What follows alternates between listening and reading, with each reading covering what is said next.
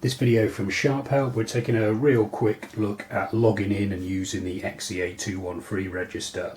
So 99 times out of 100 when you're using the cash register, you'll be processing sales on the machine rather than doing programming, reports or refunds. So the first thing to make sure after the till switched on and the till roll's loaded is that you have the key in the reg mode. So reg is short for register, as in registering sales.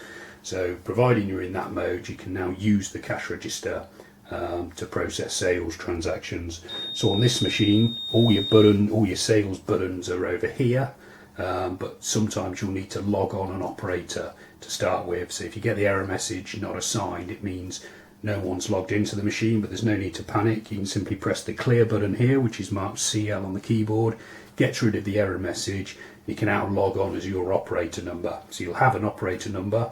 I'm going to log on as Clerk number 1. So unless you've had secret PIN code set up for the clerks, you simply press the number, so 1, and then the CLK hash key here, which logs you in and will come up with either Clerk 1 or the name of that operator. So in this case, Boris. So we can now process a sales transaction, press the items, subtotal when you've entered all the items, and then you choose one of the methods of payment depending on how the customer's paying. If you've got the receipt switched on, you'll get a receipt printout. If not, you can print a copy receipt if required, which can then be torn off.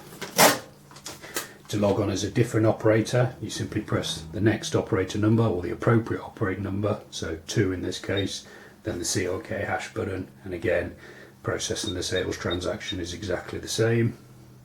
Enter your items, subtotal, if they're paying with cash. You don't enter the decimal point for putting in £20 because the till will input that automatically. You simply type in 2000 and then hit the total button here.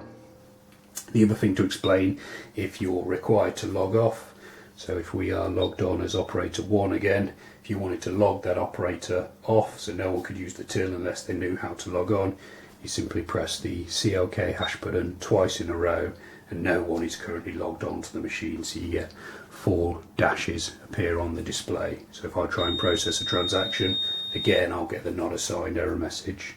So I clear that, enter my Clerk number, and then press the CLK hash button here.